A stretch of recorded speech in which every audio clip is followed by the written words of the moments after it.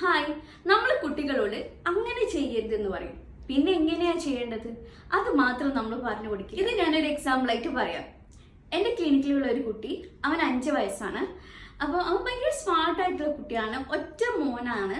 അതുകൊണ്ട് തന്നെ പല സിറ്റുവേഷനും അവനിക്ക് തൊട്ടടുത്തൊരു കുട്ടി കരയാണെങ്കിൽ അവന് ഭയങ്കര ഇറിറ്റേഷൻ ആവും.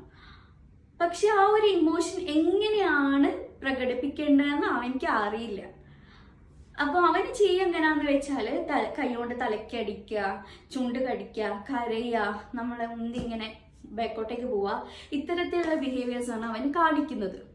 അപ്പം ആസ് എ തെറാപ്പിസ്റ്റ് ഞാൻ എന്താ ചെയ്തിട്ടുള്ളതെന്ന് വെച്ചാൽ, കരയുന്ന കുട്ടീൻ്റെ ഇടയിൽ അവനെ ഇട്ടിട്ട് എക്സ്പോസ് ചെയ്യിപ്പിച്ചു. ആ എക്സ്പോസ് ചെയ്യിപ്പിച്ചതിൻ്റെ കൂടെ തന്നെ നമ്മൾ റിലാക്സേഷൻ ടെക്നിക്സും കൂടി കൊടുക്കുന്നുണ്ട്, അവനൊന്ന് കാം ഡൗൺ ചെയ്യാൻ വേണ്ടിയിട്ട്. അതിൻ്റെ കൂടെ തന്നെ എങ്ങനെയാണ് റിയാക്ട് ചെയ്യേണ്ടതെന്നും കൂടി പഠിപ്പിച്ചു കൊടുത്തു.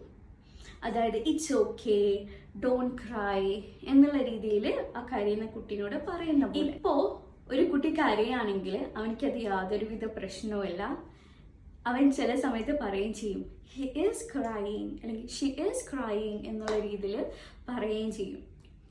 അപ്പോൾ അതുപോലെ തന്നെയാണ് നമ്മളെ കുട്ടികളൊക്കെ.